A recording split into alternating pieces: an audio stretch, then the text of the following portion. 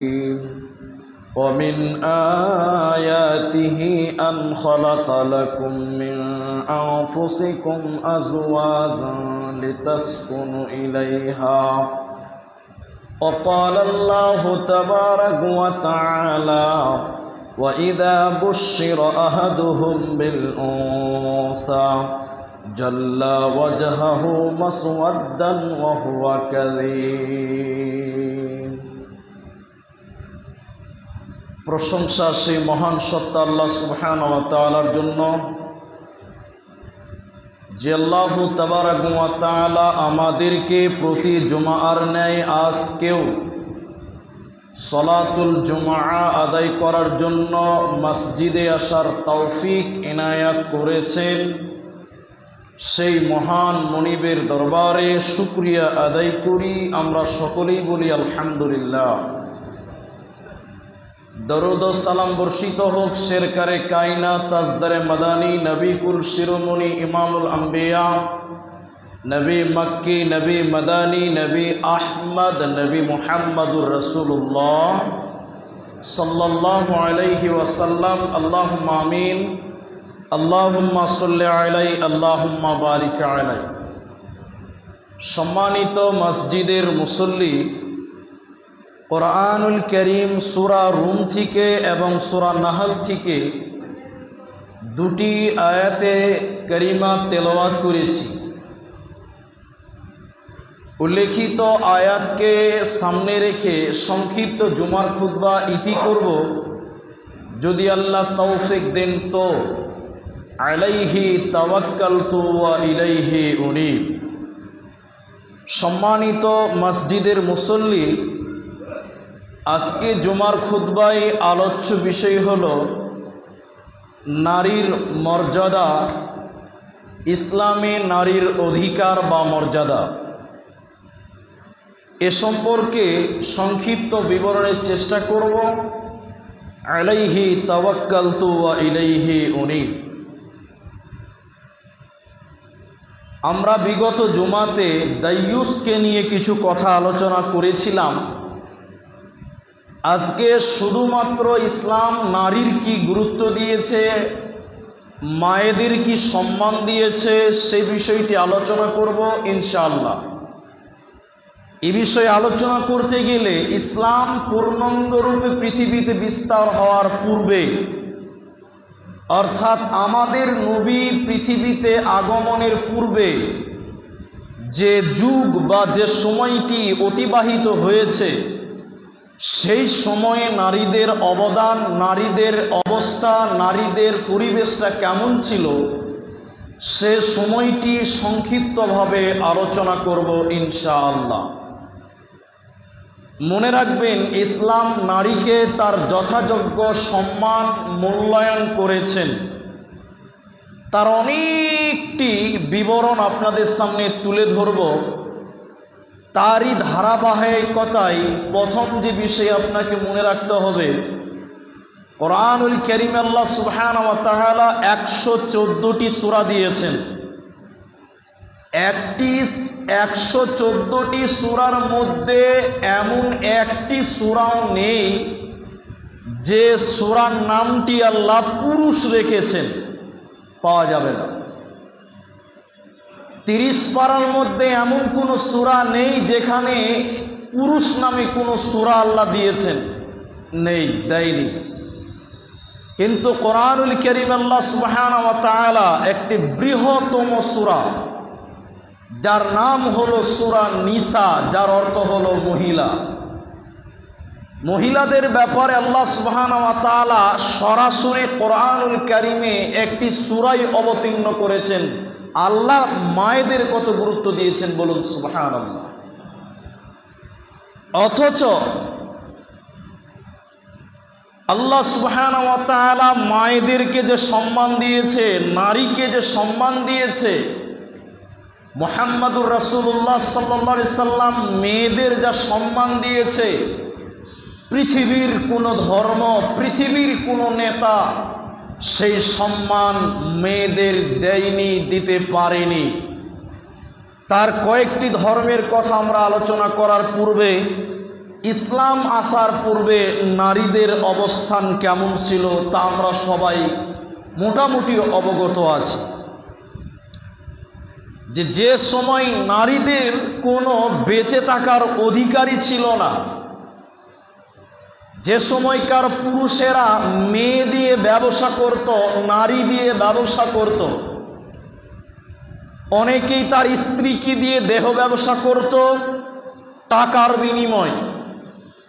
অনেক পুরুষ তার স্ত্রীকে তার বন্ধুকে এমনিতেই দিয়ে দিত ভক্ষণের জন্য। তারা মূলত নারীদেরকে ভক্ষণের জন্য ব্যবহার করত, তাদের কোনো সম্মান দিত না। সেই সময় বন্যতার যুগে নারীদেরকে দিয়ে ক্রয় বিক্রয় করা হতো। একজন পুরুষ একাধিক নারী ব্যবহার করত, যার কোনো নারীর প্রতি তার কোনো ভালোবাসা, যার কোনো নারীর প্রতি তার কোনো মহব্বত ছিল না। একজন পুরুষ একাধিক নারীকে সঙ্গে নিয়ে থাকত, বিবাহ করত। মেয়েদের চাহিদা পূরণের কোনো বিষয় তারা এতটা গুরুত্ব দিত না। কোরআনুল কারীম আল্লাহ সুবহানাহু ওয়া তাআলা বলেন, ওয়া ইযা বুশশিরা আহাদুহুম বিল উনসা, যখন তাদেরকে কন্যা সন্তানের সংবাদ দেওয়া হতো তাদের মুখ যেন কালো হয়ে যেত, তাদের মুখ কুৎসিত হয়ে যেত, তাদের মুখ কালো হয়ে যেত। নারী হয়েছে তার কারণে, কন্যা সন্তানের বাপ হয়েছে তার কারণে। তার মানে তারা নারীদেরকে পছন্দ করত না, নারীদেরকে সমাজের শত্রু মনে করত, নারীদেরকে দেহ ভক্ষণের জন্য, তাদের দেহর চাহিদা মেটানোর জন্য ব্যবহার করত। জাহিলিয়াতের যুগে নারীদের বেঁচে থাকার টুকু অধিকার ছিল না। শুধু তাই নয়, তারা তাদের বাপ দাদার কাছ থেকে, বাপের কাছ থেকে তারা কোনো পৈতৃক সম্পত্তির ওয়ারিস হতে পারত না, যা পরবর্তী ইসলাম এসে কি দিয়েছে তা আমরা একটু পরে আলোচনা করব ইনশাআল্লাহ। তাহলে জাহিলি যুগে নারীদের কোনো অবস্থান সেরকম ভালো ছিল না, নারীদের বেঁচে থাকারই কোনো সম্ভাবনা ছিল না। নারীদেরকে জিন্দা দাফন করে ফেলা হতো, নারীদেরকে জিন্দা হত্যা করে দেওয়া হতো, দাফন করা হতো। এ মর্মে ওমর রাদিয়াল্লাহু তাআলা থেকে বর্ণিত আছে, তিনি বলেন, কায়েস ইবনে আসিম তিনি রাসূল সাল্লাল্লাহু আলাইহি ওয়াসাল্লামকে বললেন, ইয়া রাসূলুল্লাহ, জাহিলি যুগে আমি আমার 8 জন কন্যা সন্তানকে জীবিত দাফন করেছি, আমি আমার 8 জন কন্যাকে আমি জীবিত কবর দিয়েছি, দাফন করেছি। এখন কি করব? রাসূল সাল্লাল্লাহু আলাইহি ওয়াসাল্লাম বললেন, তুমি প্রত্যেক কন্যার জন্য একজন করে গোলাম আজাদ করো, একজন করে গোলাম মুক্তি দিয়ে দাও। তিনি বলেন, কায়েস ইবনে আসিম রাদিয়াল্লাহু তাআলা তিনি বলেন, আল্লাহর নবী, আমি তো উটের মালিক, আমি তো গোলামের মালিক নই।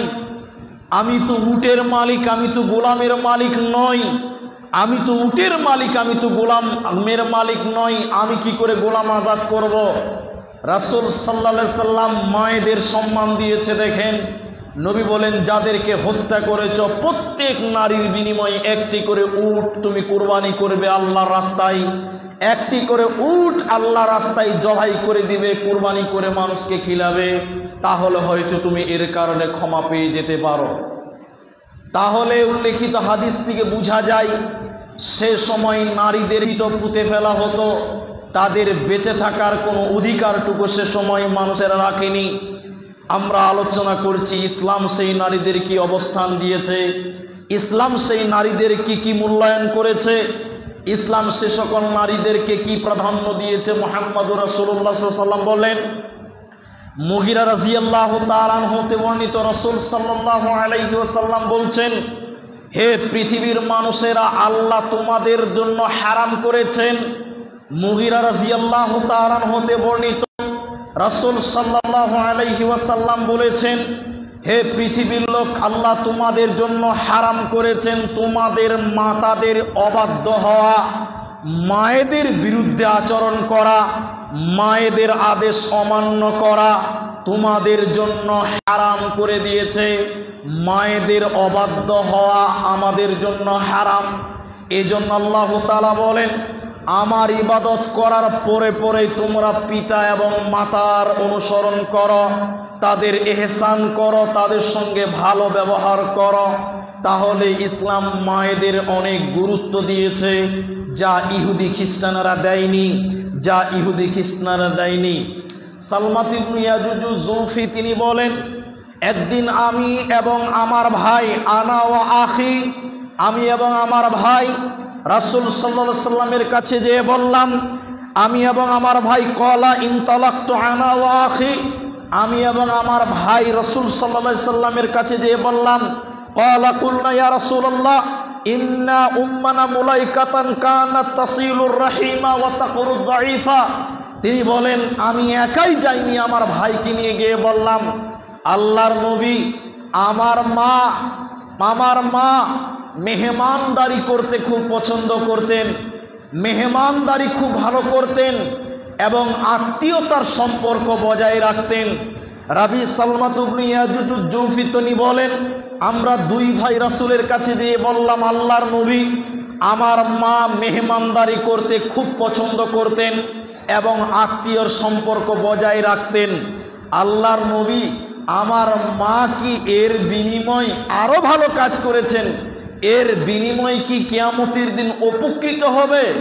আমার মা কিন্তু জাহিলি যুগেই মারা গেছে। রাসূল সাল্লাল্লাহু আলাইহি সাল্লাম বললেন, না, তোমার মা যতই মানুষের সঙ্গে ভালো ব্যবহার করুক, আত্মীয় স্বজনের সঙ্গে ভালো ব্যবহার করুক না কেন, তোমার মা যতই প্রতিবেশীর সঙ্গে ভালো ব্যবহার করুক না কেন, তোমার মা এই আমল করে আল্লাহর কাছে লাভবান হতে পারবে না। তবে তোমার মা যদি ইসলাম কবুল করে থাকেন, তোমার মা যদি ইসলাম কবুল করত, তাহলে আল্লাহ তোমার মায়ের অতীতের সমস্ত গুনাহ ক্ষমা করে দিত, তোমার মায়ের অতীতের সমস্ত গুনাহ মাফ করে দিত। তাহলে জাহিলিয়াতের পরেই যে সকল মায়েরা ইসলাম কবুল করেছে, ইসলাম তাদের অতীতের গুনাহকে মার্জনা করে তাদের জান্নাত দিবে বলেছেন। শুধু তাই নয়, আনাস রাদিয়াল্লাহু তাআলা আনহু বলেন, রাসূল সাল্লাল্লাহু আলাইহি ওয়াসাল্লাম বলছেন, ইন্নাল ইয়াহুদা কানু ইযা হাদাতিল মারা। রাসূল সাল্লাল্লাহু আলাইহি সাল্লামের কাছে লোকজন এসে বলছেন, ইয়া রাসূলুল্লাহ, ইহুদিদের কথা বলছেন। রাসূল সাল্লাল্লাহু আলাইহি সাল্লামের কাছে ইহুদিদের কথা বলছেন, আল্লাহর নবী, ইহুদিরা যখন তাদের মেয়েরা ঋতুবতী হয়, মেয়েরা যখন মাসে 5 দিন 7 দিন নাপাক হয়ে যায়, হায়েজ হয়ে যায়, নাপাক হয়ে যায়, রাসূল সাল্লাল্লাহু আলাইহি সাল্লামকে জিজ্ঞাসা করছেন, ইন্নাল ইয়াহুদা কানু ইযা হাদাতিল মারা ফীহিম লাম ইউআকিলুহা ওয়া লাম ইউজানিবুহুন্না। তিনি কি বলছেন? জামিউহুন্না। ইহুদিরা যখন তাদের স্ত্রীরা ঋতুবতী হতো, তখন তাদের স্বামীরা তাদের স্ত্রীদের সঙ্গে খেত না, স্ত্রীদেরকে সঙ্গে নিয়ে খেত না। ইহুদিরা ঋতুবতী মেয়েদেরকে ঘৃণা করত, হাইজওয়ালি মেয়েদেরকে ঘৃণা করত। ইহুদি খ্রিস্টানেরা কত খারাপ, মেয়েদেরকে তারা কত ঘৃণা করত, মায়েদেরকে তারা কতভাবে ঘৃণা করত। তিনি বলছেন, মেয়েরা যখন ঋতুবতী হতেন, হাইজওয়ালি হতেন, তখন ইহুদিরা ওই মেয়েদের সঙ্গে, ওই স্ত্রীদের সঙ্গে খেত না। শুধু তাই নয়, তাদের সঙ্গে থাকতো না। ঋতুবতী মেয়েদের জন্য বাড়ির পেছনে একটা ছোট্ট কুঁড়ে ঘর করত। যতদিন বিবি নাপাক থাকতো, হাইজওয়ালি থাকতো, ততদিন পর্যন্ত বিবিদেরকে ঘরে রাখতো না, বিবিদেরকে ঘর থেকে পেছনে বের করে দিত। বাড়ির পেছনে কুঁড়ে ঘর, ছোট্ট একটি কুঁড়ে ঘরে তাদেরকে থাকতে বলতো, আর তাদের সঙ্গে খেত না, তাদের সঙ্গে থাকতো না। ইহুদিরা কতই খারাপ যে নারীদেরকে কত ঘৃণা করেছে, মায়েদেরকে কত ঘৃণা করেছে। ইসলাম দেখেন মায়েদের কত গুরুত্ব দিয়েছে, ইসলাম দেখেন মায়েদের কত গুরুত্ব দিয়েছেন, ইসলাম দেখেন মায়েদের কত গুরুত্ব দিয়েছেন।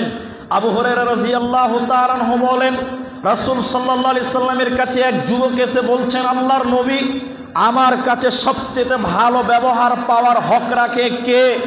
আল্লাহর নবী, আমার কাছে সবচেয়ে ভালো হক রাখে কে, ভালো ব্যবহার পাওয়ার অধিকার রাখে কে? রাসূল সাল্লাল্লাহু আলাইহি সাল্লাম বললেন, তোমার মা। লোকটি আবারও বলছেন, আল্লাহর নবী, আমার কাছে সবচেয়ে ভালো ব্যবহার পাওয়ার অধিকার রাখে কে? রসুল বললেন, তোমার মা। আবারও লোকটি জিজ্ঞাসা করলেন, আল্লাহর নবী, আমার কাছে সবচেয়ে ভালো ব্যবহার পাওয়ার অধিকার রাখে কে? কে সবচেয়ে ভালো ব্যবহার পায় আমার কাছে? কার সঙ্গে সবচেয়ে বেশি ভালো ব্যবহার করব? রাসূল সাল্লাল্লাহু আলাইহি ওয়াসাল্লাম তৃতীয়বারও বললেন, তোমার মা। তিনবার বললেন মায়ের কথা। এরপরে লোকটি বলছেন, আল্লাহর নবী, তারপর কে আমার কাছে ভালো ব্যবহার পায়? কার সঙ্গে বেশি ভালো ব্যবহার করব? এরপরে রাসূল সাল্লাল্লাহু আলাইহি ওয়াসাল্লাম বললেন, তোমার বাবা। সুলতানগঞ্জের মুসলমান 25, 25, 25, 3, 25, 75% পেল মা। বাপকে শুধুমাত্র 25% দেওয়া হলো, আর মাকে 75% অধিকার দেওয়া হয়েছে। দেখেন মুহাম্মদুর রাসূলুল্লাহ মায়েদের কত সম্মান দিয়েছে, বলুন সুবহানাল্লাহ। আর ইহুদিরা ঘৃণিত জাতি, লাঞ্ছিত জাতি, লানতপ্রাপ্ত জাতি, যারা মায়েদেরকে নোংরা, মায়েদের সঙ্গে নোংরা ব্যবহার করেছে, ঘর থেকে বের করেছে, তারা লগ্ন করেছে, তাদের ঘরে থাকতে দেয়নি, তাদের বাড়িতে থাকতে দেয়নি, তারা হলো ইহুদি। আর ইসলাম মায়েদের কত গুরুত্ব দিয়েছে দেখেন। ইসলাম বলছে, আনাস রাদিয়াল্লাহু তাআলা আনহু থেকে বর্ণিত, রাসূল সাল্লাল্লাহু আলাইহি ওয়াসাল্লাম বলেছেন, যে ব্যক্তি দুটি কন্যা সন্তান লালন পালন করবে এবং তাদের পূর্ণ বয়স্ক করে তুলবে, রাসূল সাল্লাল্লাহু আলাইহি ওয়াসাল্লাম বলছেন, যে ব্যক্তি দুইজন কন্যা সন্তানকে, দুইটি মেয়েকে লালন পালন করবে, তাদের পূর্ণ বয়স্ক করে তুলবে, রাসূল সাল্লাল্লাহু আলাইহি ওয়াসাল্লাম বললেন, সেই বাপ, সেই গার্জেন আল্লাহর জান্নাতে যাবে, বলুন সুবহানাল্লাহ। কেমন জান্নাতে যাবে? এরপরে রাসূল সাল্লাল্লাহু আলাইহি ওয়াসাল্লাম বলছেন, এইভাবে তিনি দেখাচ্ছেন, এইভাবে তিনি দেখাচ্ছেন, এইভাবে তিনি দেখাচ্ছেন, আমার দিকে তাকান। বলছে, এটা হলো আমি মুহাম্মাদুর রাসূলুল্লাহ, আর এইটা হলো দুই মেয়ের বাপ। আমি জান্নাতে থাকবো, এইখানে দুই মেয়ের বাপ থাকবে আমার একদম কাছাকাছি থাকবে, বলুন সুবহানাল্লাহ। আমি নবীর পাশাপাশি থাকবে জান্নাতে। যে দুইজন কন্যা সন্তানকে সুন্দর করে লালন পালন করে প্রাপ্তবয়স্ক করে তুলবে, রাসূল বলছেন, সেই বাপ আমি মুহাম্মদ সাল্লাল্লাহু আলাইহি ওয়াসাল্লামের সঙ্গে পাশাপাশি জান্নাতে থাকবে। আরেকবার বলুন সুবহানাল্লাহ। অথচ ইহুদিরা, অথচ বর্ণতার যুগে, জাহিলিয়াতের যুগে সেই সকল পুরুষেরা তাদের মেয়েদের নাম শুনলে মুখ কুচ্ছিত হয়ে যেত, কালো হয়ে যেত, মেয়েদেরকে জিন্দা কবর দিয়ে দিত। দাহিয়া কালবির ঘটনা আমরা সবাই জানি। ইসলাম বলছে, তাদের লালন পালন করলে তোমাদের জন্য জান্নাত রয়েছে। উকবা ইবনে আমির রাদিয়াল্লাহু তাআলা হতে বর্ণিত, তিনি বলেন, সামিতু রাসূলুল্লাহ সাল্লাল্লাহু আলাইহি ওয়াসাল্লাম। উকবা ইবনে আমির তিনি বলেন, আমি নবী সাল্লাল্লাহু আলাইহি সাল্লামকে বলতে শুনেছি, তিনি বলেছেন আমি তিনার মুখে শুনেছি যে যার তিনটি কন্যা সন্তান থাকবে এবং তাদের ধৈর্য ধরে তাদের লালন পালন করবে, তাদের ইসলামের প্রতি সুন্দর করে ইসলামের শিষ্টাচার শিক্ষা দিবে, তাদের পান করাবে, তাদের পরিধান করাবে, তাদের জন্য খরচ করবে, যার তিনটি কন্যা সন্তান তাদেরকে লালন পালন করবে, তাদেরকে খিলাবে, তাদেরকে পড়াবে, তাদেরকে ইসলামিক রীতিনীতি শিক্ষা দিবে। রাসূল সাল্লাল্লাহু আলাইহি ওয়াসাল্লাম বলছেন, এই তিনটি কন্যা সন্তান জাহান্নামের ঢাল হয়ে দাঁড়াবে, জাহান্নামের ঢাল হয়ে দাঁড়াবে। এই তিন সন্তানের গার্জেন, তিন মেয়ের বাপ জাহান্নাম যাবে না। কেন জাহান্নাম যাবে না? বলছে, জাহান্নামে যেতে দিবে না। এই তিনটি সন্তান জাহান্নামের আড় হয়ে যাবে, যে আমরা আমার বাপকে জাহান্নাম যেতে দিব না, বলুন সুবহানাল্লাহ। ইসলাম নারীর কি অধিকার দিয়েছে আপনি আমি জানি না।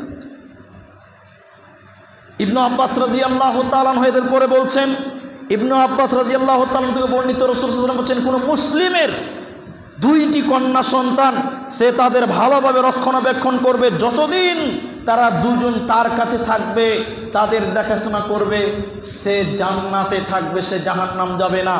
আবু সাঈদ খুদরি রাদিয়াল্লাহু তাআলা আনহু থেকে বর্ণিত, রাসূল সাল্লাল্লাহু আলাইহি ওয়াসাল্লাম বলেছেন, যে ব্যক্তি তিনজন মেয়েকে লালন পালন করবে, তাদের শিষ্টাচার শিক্ষা দিবে এবং তাদের ভালোবাসবে, তাদের সঙ্গে ভালো ব্যবহার করবে এবং তাদেরকে বিবাহ দিবে, সেই লোক আল্লাহর জান্নাতে যাবে, সেই লোক আল্লাহর জান্নাতে যাবে। তাহলে ইসলাম মায়েদের অনেক গুরুত্ব দিয়েছে, ইসলাম মায়েদের অনেক শিষ্টাচারের অনেক উন্নত মানের সম্মান দিয়েছে। ইসলাম মুহাম্মদ এবং আল্লাহ সুবহানাহু ওয়া তাআলা মায়েদের অধিকার ফিরিয়ে দিয়েছেন। দেখবেন মেয়েদেরকে যখন সে জামানায় বিয়ে দেওয়া হতো, জাহিলি যুগে যখন বিয়ে দেওয়া হতো, তাদের কোনো মোহর ছিল না, তাদের কোনো মোহর দেওয়া হতো না। কোরআনুল কারীম আল্লাহ তাআলা মায়েদের অধিকার দিয়েছেন, মেয়েদের ইজ্জত দিয়েছে। ওয়াতুন নিসা, মেয়েদের ব্যাপারে আল্লাহ সুবহানাহু ওয়া তাআলা বলছেন, হে পুরুষ সম্প্রদায়, তোমরা যখন নারীকে বিবাহ করবে তাদেরকে মোহর দাও, তাদের ইজ্জতের দাম দাও, তোমরা তাদেরকে মোহর দাও। দেখেন এখানেও নারীকে গুরুত্ব দেওয়া হয়েছে। 2024 সালের কিছু লোক, কিছু কাপুরুষ মেয়েদের মোহর দেওয়া বাদ দিয়ে মেয়ের বাপের কাছেই আবার নতুন করে মোহর চেয়েছে, ছেলেকে মোহর দিয়েছে। শোনেন, মেয়েদেরকে মোহর দিতে বলেছেন ইসলাম, আল্লাহ বলেছেন। এখানেও দেখেন ইসলাম নারীদেরকে কত গুরুত্ব দিয়েছেন। শুধু তাই নয়, মেয়েদেরকে বাপের কোনো ওয়ারিস দেওয়া হতো না। জাহিলি যুগে মেয়েরা বাপের কাছ থেকে কোনো কিছু পেত না, বাপের সয় সম্পত্তি থেকে মেয়ে কিছুই পেত না। ইসলাম বলছে জি না, মেয়ে বাপের সম্পত্তি পাবে। সুলতানগঞ্জের মুসলমান শুনেন, আপনার মেয়েকে বিয়ে দিয়ে দিয়েছেন, একটাই মেয়ে আর দুটি ছেলে, ছেলেদেরকে আপনি জমি জায়গা বাড়ি গাড়ি সব ভাগ করে দিয়েছেন, মেয়েকে আপনি কানাকুড়িও দেননি, 50,000 টাকা বিয়েতে খরচ করে দিয়েছেন। ওইটাই শুনিয়ে দিয়েছে যে মা, তোমার বিয়েতে তো 2 লাখ টাকা খরচ করেছি, তার তোমাকে কিছু দিতে পারলাম না, আমার জমি জায়গা ছেলেদেরকে দিয়ে দিলাম, কারণ ছেলেদের বিয়েতে এত খরচ করতে হয়নি। এই বলে মেয়েকে বিদায় করে দিয়েছেন। শোনেন, আল্লাহ সুবহানাহু ওয়া তাআলা রাসূল বলছেন, মান কাতা মিরাসান ওয়ারিসিহি কাতা আল্লাহু মিরাসাহু ইয়াউমাল কিয়ামাতি বিল জান্নাহ। যে মিরাসের ওয়ারিস কেটে দিবে, আল্লাহ সুবহানাহু ওয়া তাআলা রাসূল বলছেন, আল্লাহ কিয়ামতের দিন তার জান্নাত কেটে দিবে। বলেন নাউযুবিল্লাহ। এজন্য শোনেন, ইসলাম কি বলছেন, মেয়েদেরকেও দিতে হবে। ছেলেকে যদি 2 হাত দিতে হয়, মেয়েকে 1 হাত দিতে হবে। ছেলে যদি 100 টাকা পায়, মেয়েকে 50 টাকা দিতে হবে। এখনো হিন্দু ধর্মের রীতি এটাই আছে, মেয়ে বাপের কাছ থেকে কোনো কিছু পাবে না, মেয়ে বাপের কাছ থেকে পাবে না। ইসলাম বলছে জি না, মেয়েকে বাপের হক থেকে দিতে হবে, মেয়েও বাপের হক পাবে, বাপের সন্তান মেয়েও পাবে বাপের সেই সম্পত্তি, বাপের জমি জায়গা মেয়েও পাবে। কতটা পাবে ইসলাম সেটাও বলেছেন। ভাই যদি 2 হাত পায়, বোন পাবে 1 হাত, ছেলে যদি পায় 3 হাত, মেয়ে পাবে 1.5 হাত। ভাই যদি 10 হাত পায়, বোন পাবে 5 হাত, ছেলে যা পাবে তার অর্ধেক মেয়ে পাবে। ইসলাম নারীদের এইভাবে পূর্ণাঙ্গ রূপে স্বাধীনতা দিয়েছে। স্বাধীনতা নয়, তাদের অধিকার ফিরিয়েছে, তাদের বেঁচে থাকার অধিকার দিয়েছে। যারা তাদের কন্যা সন্তানদেরকে হত্যা করেছে, আল্লাহ সুবহানাহু ওয়া তাআলা বলছেন, তাকবীরে সূরা তাকবীরের ভিতরে বলেছেন আল্লাহ তাআলা, ওই সকল মেয়েদেরকে বলবে, হে কন্যা সন্তান তুমি বলো, হে মেয়ে তুমি বলো, তুমি কি এমন অন্যায় করেছিলে? তোমার বাপ তোমাকে মেরে ফেলেছিল কেন? তোমার মা তোমাকে হত্যা করেছিল কেন? বলো। তোমার বাপ তোমাকে বাঁচতে দেয়নি কেন? তোমার মা তোমাকে বাঁচতে দেয়নি কেন? সেদিন মেয়ে বলবে আল্লাহ আমার কোনো ভুল ছিল না, আমি কোনো পাপ করিনি, অন্যায়ভাবে আমার বাপ আমাকে মেরেছে। সেদিন আপনাকে টেনে হিচড়ে জাহান্নাম দিবে। ইসলাম নারীকে বেঁচে থাকার অধিকার দিয়েছে, ইসলাম মায়েদেরকে সম্মান দিয়েছে। এই জন্য সম্মানের জিনিস সম্মান দিয়ে রাখতে হয়, ঢুকে রাখতে হয়। আমরা আরেকটু আলোচনা করব সময় সাপেক্ষে। বলছিলাম ইহুদিরা মেয়েদেরকে ঘরে রাখত না যখন তারা হাইজ বলি হতেন, যখন তারা ঋতুবতী হতেন। কিন্তু আমরা কি মেয়েদেরকে হাইজ বলি মেয়েদেরকে ঘর থেকে বার করি? ইসলাম মেয়েদেরকে ঘর থেকে বার করেছে? জি না, ইসলাম মেয়েদেরকে সম্মান দিয়েছে। দেখবেন আয়েশা রাদিয়াল্লাহু তাআলা আনহা বলেন, আয়েশা রাদিয়াল্লাহু তাআলা আনহা বর্ণিত, তিনি বলেন যে আমি আর আমার নবী একই পাত্রে গোসল করতাম, আমি এবং আল্লাহর নবী একই পাত্রে গোসল করতাম। বুখারীর হাদিস বলছি, আল্লাহর নবীর স্ত্রী আম্মাজান আয়েশা বলেন, আমি এবং নবী এক পাত্রে গোসল করতাম। আমি নবীর লুঙ্গি পরিয়ে দিতাম, তিনি আমাকে ধরে নিয়ে একসঙ্গে গোসল করতেন, অথচ তখন আমি ছিলাম নাপাক, তখন আমি ছিলাম ঋতুবতী, অথচ আল্লাহ রসুল তাও আমাকে কত ভালোবাসছে দেখেন, একসঙ্গে গোসল করছে, জড়াজড়ি করে গোসল করছে, বলুন সুবহানাল্লাহ।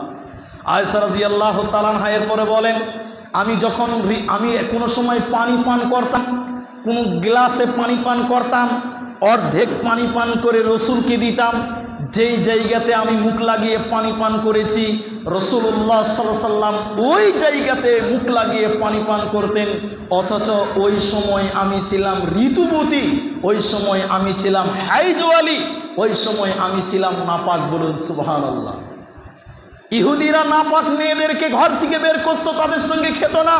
মুহাম্মদুর রাসূলুল্লাহ তার স্ত্রী বলছেন আম্মা জান আয়েশা, যেই জায়গাতে মুখ লাগিয়ে পানি খেতাম আমি, ওই জায়গাতে রসুল মুখ লাগিয়ে পানি পান করতেন, ওই সময় আমি ছিলাম ঋতুবতী, ওই সময় আমি ছিলাম হাইজওয়ালি, ওই সময় আমি ছিলাম নাপাক, বলবেন না সুবহানাল্লাহ। আম্মু জান আয়েশা এরপরে আবারও বলছেন, আমি হাড্ডি চাবাতাম, হাড্ডিওয়ালা মাংস খেতাম, সুবহানাল্লাহ।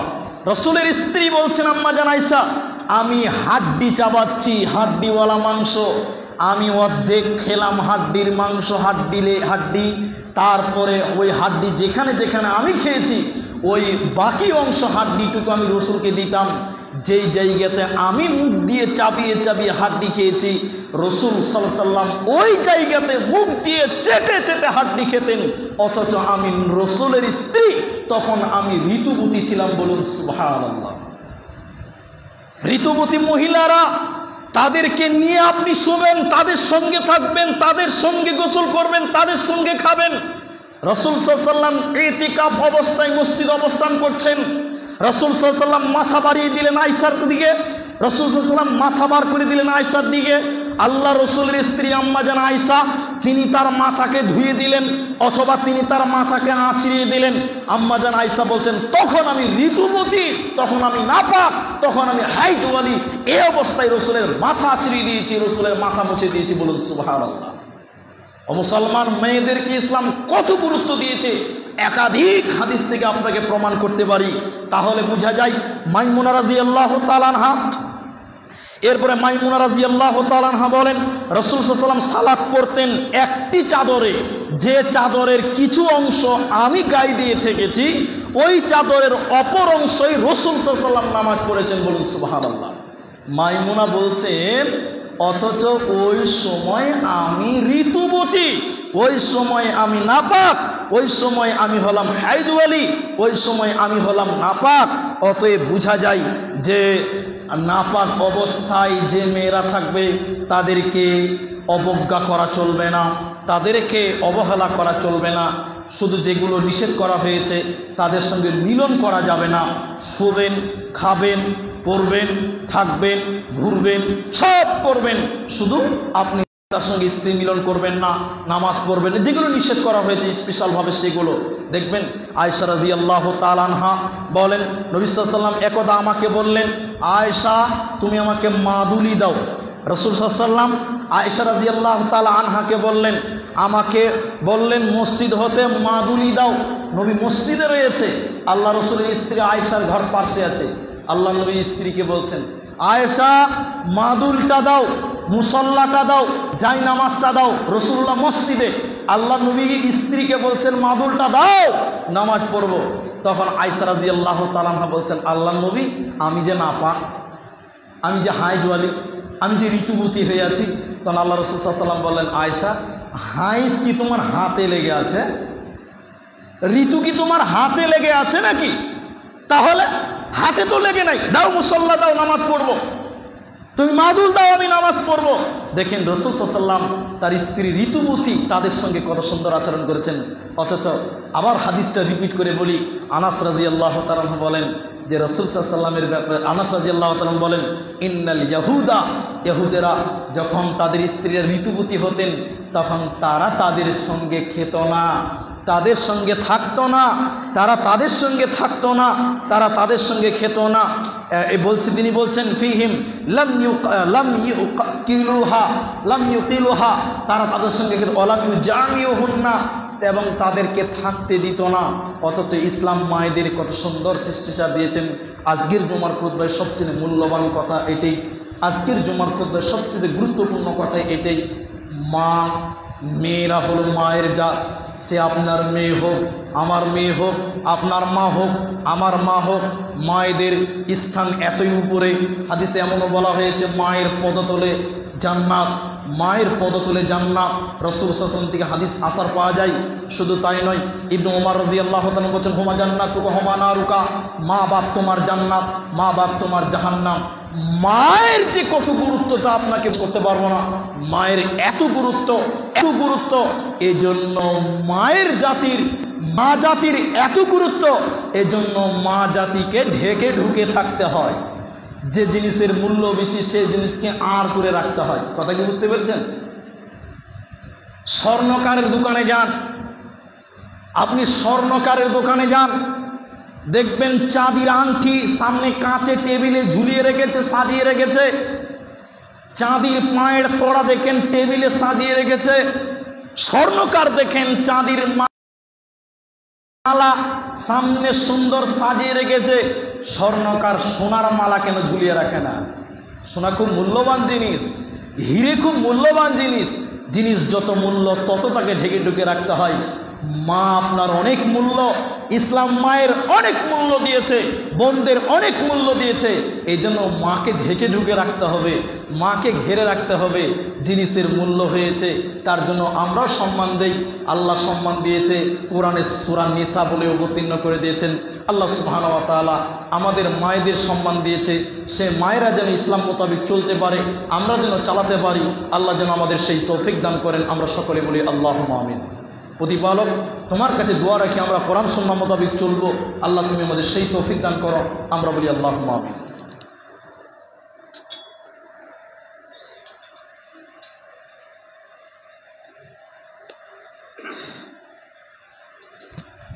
আলহামদুলিল্লাহ ওয়াসসালাতু ওয়াসসালামু আলা রাসূলিল্লাহ ওয়া আলা আলিহি ওয়া আসহাবিহি ওয়া সাল্লিমু তাসলিমান কাসীরান কাসীরা ওয়া বা'দ। সম্মানিত